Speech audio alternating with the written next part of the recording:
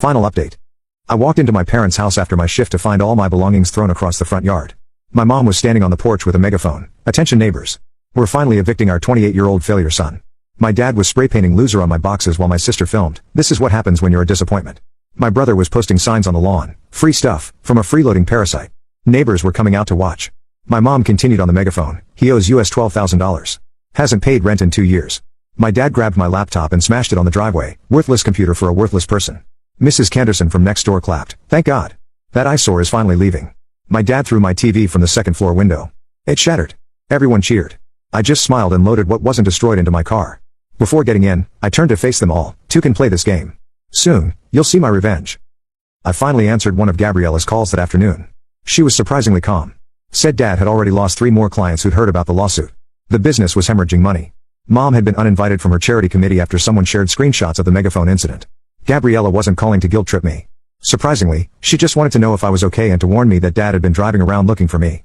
I thanked her for the heads up and suggested she might want to check her own credit report just in case. That weekend, the Hendersons invited me to dinner and mentioned there had been a strange man in a BMW asking around the neighborhood about me. They hadn't told him anything. Thankfully, Mr. Henderson actually patted my shoulder and said I seemed like a good kid who got dealt a bad hand. First time in years anyone from my parents' generation had shown me basic human decency. Week 5 is when things got really wild. My brother Sawyer showed up at my workplace. He looked like, unshaven, bags under his eyes, expensive clothes wrinkled like he'd slept in them. He begged me to call off the IRS. Said Dad was facing penalties of over $100,000 plus possible criminal charges for the identity theft with the credit card. I asked him why I should care after what they did to me. His answer was unexpected. Dad had a stress-induced cardiac event, not a full heart attack, but close, and was in the hospital.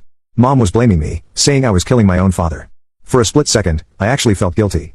Then I remembered how they'd destroyed my belongings, humiliated me publicly, and stolen from me for years. I told Sawyer I'd visit Dad in the hospital, but I wasn't stopping anything that was already in motion. The hospital visit was awkward as, Mom tried to physically block me from entering Dad's room, hissing that I'd done enough damage. A nurse had to intervene.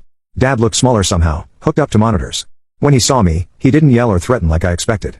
Instead, he tried manipulation, saying he was sorry if he'd been a bit harsh and that we needed to put family first. Now, I just looked at him and asked if he remembered what he'd said while smashing my laptop on the driveway. Worthless computer for a worthless person. He had the audacity to claim he didn't remember saying that. Classic Dad. Selective memory when it suits him.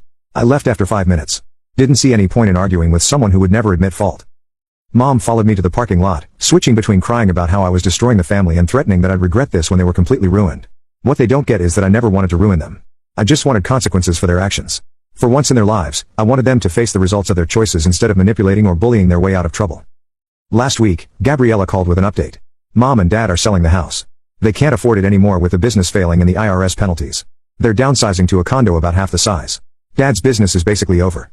I know one wants to work with him after the lawsuit went public in industry circles. The sweet part, Tristan's company offered me a position after they saw how thorough my documentation was. I start next month with better pay than I've ever had. The Henderson son is moving back to town, so I found my own apartment that I can actually afford now. Yesterday, both my parents showed up at my current job. I was helping a customer when they walked in, looking completely different from the confident, polished couple they'd always been. Dad had lost weight. Mom's perfect highlights had grown out. They asked if we could talk privately. For almost an hour, they took turns between apologizing and guilt tripping. Mom cried about how they might lose everything. Dad said they were just trying to motivate me that day on the lawn. They claimed they'd always had my best interests at heart, even when charging me rent and claiming me as a dependent, which makes zero logical sense. Then they asked if I would consider dropping the IRS whistleblower claim in exchange for them paying me back the rent money. Too little, too late. I told them the investigation was already happening. I couldn't stop it now, even if I wanted to. And frankly, I didn't want to. They'd made their choices for years. The lawn eviction wasn't some one-off bad day. It was the culmination of a lifetime of emotional abuse and exploitation. Mom tried one last manipulation, saying that families should forgive each other. I just looked her in the eyes and asked if she remembered standing on the porch with a megaphone, announcing to the whole neighborhood that I was a failure and a freeloader. She didn't have an answer for that. I'm not going to lie and say I feel nothing but satisfaction. There are moments I question if I went too far. But then I remember how they destroyed my belongings, humiliated me publicly, and systematically exploited me financially for years. They weren't just strict parents. They were abusers who got caught. So that's where things stand now. I've got my own place, a better job, and a future that doesn't involve being anyone's punching bag. My parents are facing the consequences of their actions for probably the first time in their lives. Sawyer's actually been texting me about normal brother stuff lately. Gabrielle is keeping her distance from all of us while she figures out her own relationship with our parents. The nuclear phone messages I promised them on the lawn that day turned out to be the fallout from their own lies and manipulations finally catching up with them. Sometimes revenge isn't about what you do to someone else. It's about letting them face the natural consequences of their own actions.